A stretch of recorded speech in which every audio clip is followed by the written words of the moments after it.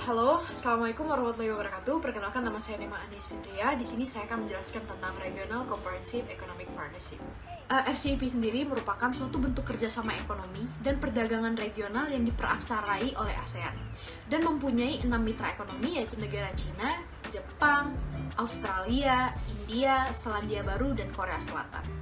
Ini adalah kemitraan ekonomi regional komprehensif yang diperaksarai oleh Indonesia pada tahun 2011 di bawah kepemimpinan ASEAN. Kerjasama ini bertujuan untuk mengkonsolidasikan 5 perjanjian perdagangan bebas atau FTA yang telah dicapai oleh ASEAN dan 6 mitra dagangnya. Kementerian Perdagangan juga mengumumkan bahwasannya RCEP merupakan perjanjian perdagangan terbesar di dunia di luar World Trade Organization atau WTO.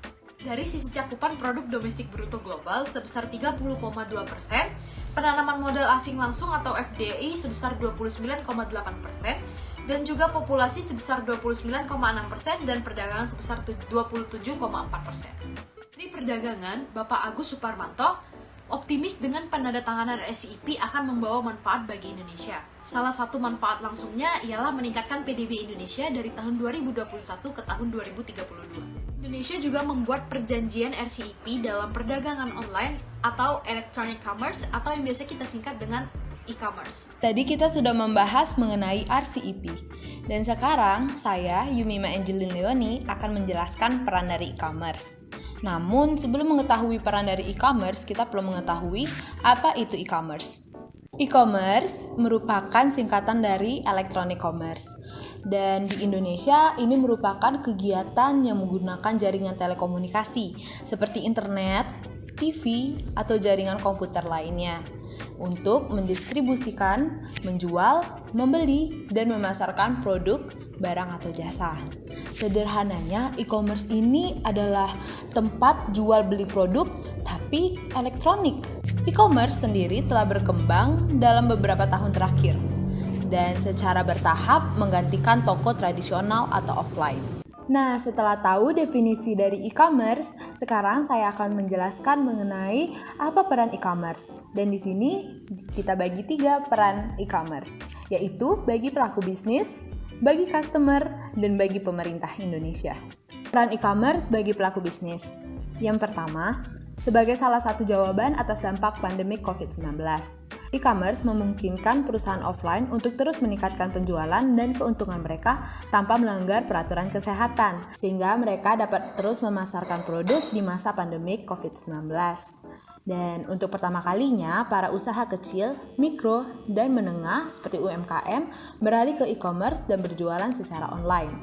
Yang kedua, banyaknya investor internasional yang tertarik untuk berinvestasi di bisnis e-commerce guna membantu para pelaku bisnis dan memperluas operasinya. E-commerce ini menarik perhatian investor karena didukung oleh sejumlah elemen, antara lain sarana dan prasarana, internet, logistik, dan peraturan perundang-undangan. Dan yang ketiga, meningkatkan pemahaman pelaku bisnis untuk terus mampu beradaptasi dengan cepat, memperluas jangkauan pemasaran, memampukan para profesional bisnis untuk terus mampu beradaptasi dengan cepat. Dan terakhir, bagi pelaku bisnis, ini lebih mudah untuk menilai dan mengukur keberhasilan penjualan, meningkatkan transaksi dan metrik lainnya untuk dijadikan sebagai tolak ukur untuk keputusan strategis. Peran e-commerce bagi konsumen. E-commerce sangat berperan bagi customer karena sangat membantu untuk tetap menjaga protokol kesehatan namun tetap dapat membeli produk dari para pelaku bisnis. Di sini transaksi lebih aman karena dilakukan tanpa kontak fisik dan tetap mengikuti standar protokol kesehatan dari pemerintah. Yang kedua, transaksi e-commerce online memberikan keuntungan tambahan seperti lebih hemat tenaga, waktu, dan transportasi. Jadi customer tidak langsung ke tempat penjualan karena bisa dilakukan dari online. Berikutnya, pelanggan dapat mengontrol transaksi, mengakses wilayah pembelian, poin reward, metode pembayaran, dan lebih mandiri berkat sistem swalayan yang mempercepat proses pembelian. Di poin ini saya cukup relate sih sebagai pengguna e-commerce, sebagai customer e-commerce, karena kemudahan yang ditampilkan, saya tidak perlu datang ke toko dan saya dapat bertransaksi secara online, di mana saya tinggal menekan HP saya untuk membayar produk dan produk tersebut langsung dikirim ke rumah saya. Dan yang terakhir, peran e-commerce bagi pemerintah.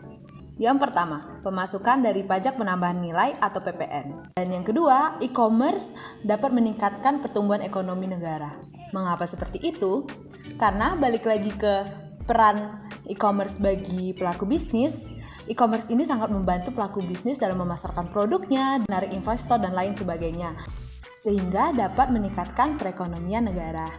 Jadi itu dia peran e-commerce bagi pelaku bisnis, konsumen, dan bagi pemerintah. Oke, selanjutnya adalah dampak-dampak yang ditimbulkan oleh e-commerce. E-commerce sendiri memiliki dua dampak, yaitu dampak positif dan dampak negatif. Untuk dampak positifnya sendiri itu terbagi menjadi 4. Yang pertama, jangkauan pasar lebih luas. Hasil yang diberikan di e-commerce, jangkauan pasar yang diberikan jauh lebih luas, baik skala nasional maupun internasional. Yang kedua, meningkatkan pendapatan dan mengurangi resiko biaya-biaya lain.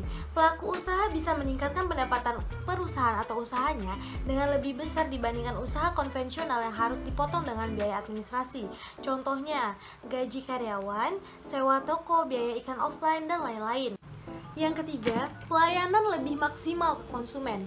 Dampak positif lainnya dari e-commerce adalah dapat menciptakan pendekatan dengan konsumen melalui komunikasi yang lebih efektif dan produktif.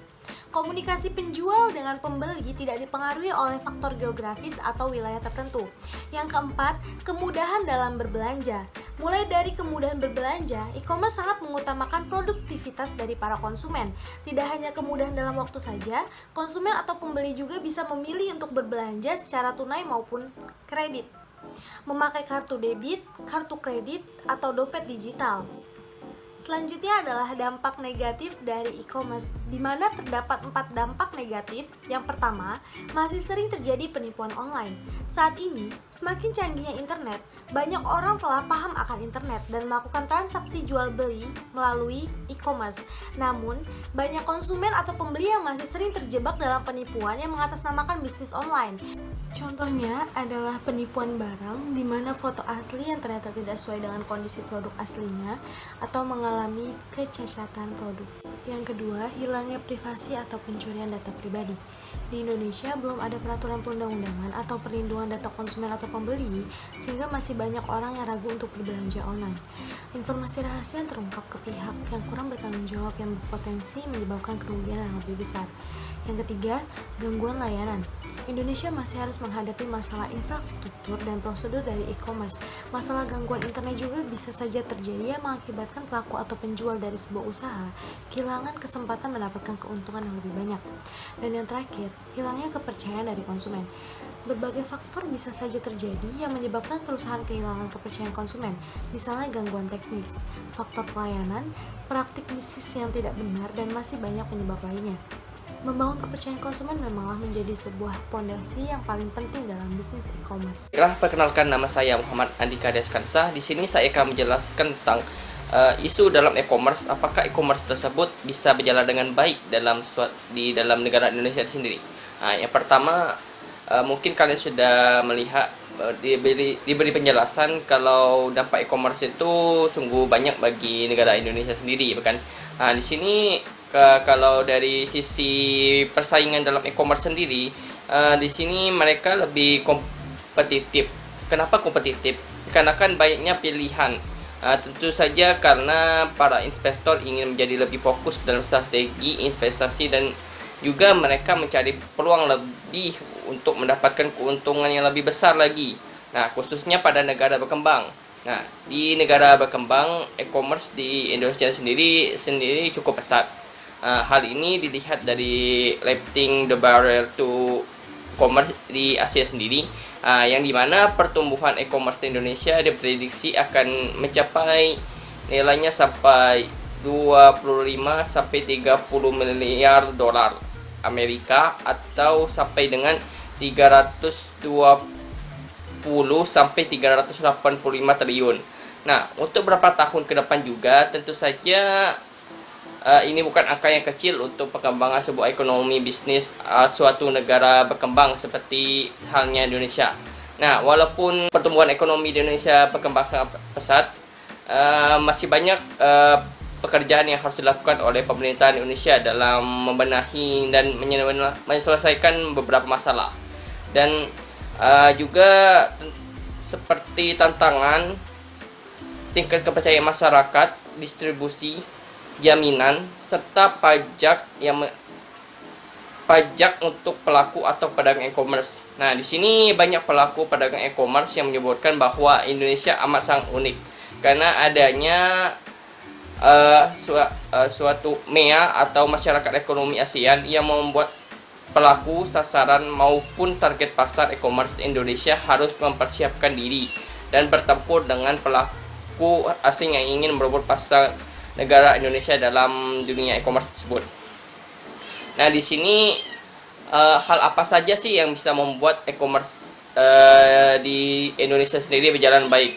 Nah, dalam hal di Indonesia sendiri, di sini saya akan menyampaikan 3 hal yang bisa membuat Indonesia bisa membuat e-commerce di Indonesia sendiri berjalan baik. Yang pertama yaitu sumber daya manusia sendiri. Nah, teknologi itu kan sendiri tidak bisa terlepas dari namanya manusia. Nah, e-commerce merupakan syarat dengan memanfaatkan teknologi serta informasi. Nah, Indonesia sendiri siap dalam menghadapi pertumbuhan e-commerce di dalam negeri. Nah, di sini bukti nyatanya sederhana, yaitu kesiapan sumber daya manusia, yang dimana pertumbuhan e-commerce di Indonesia sendiri adanya tersedianya kelulusan perguruan tinggi, yang dimana jurusan informatik yang dapat mendukung kelancaran pelaksanaan e-commerce di Indonesia sendiri. Nah, yang kedua yaitu adanya jaringan telekomunikasi. Nah, di sini jaringan telekomunikasi yang ada di Indonesia sangat berperan penting dalam menentukan majunya perkembangan e-commerce. Hal ini menjadi hal yang biasa karena akses internet berkaitan erat dengan jaringan telekomunikasi. Nah, mengapa penyedia telekomunikasi utama memiliki produk masing-masing dalam memudahkan masyarakat memiliki akses ke internet?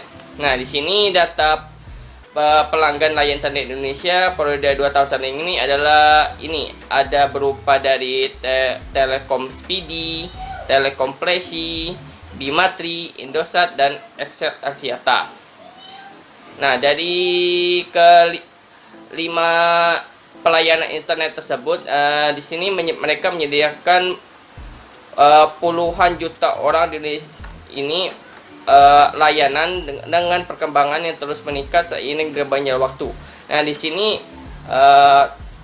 penyedia telekomunikasi ini sangat berperan penting karena dalam e-commerce sendiri mereka bergerak dalam dunia media massa seperti internet kan. Jadi kalau jaringan telekomunikasi dalam Indonesia sendiri tidak berkembang dengan maju, jadi e-commerce dalam Indonesia juga akan menurun. Jadi itulah kenapa jaringan telekomunikasi itu sangat berperan penting untuk kemajuan e-commerce di Indonesia.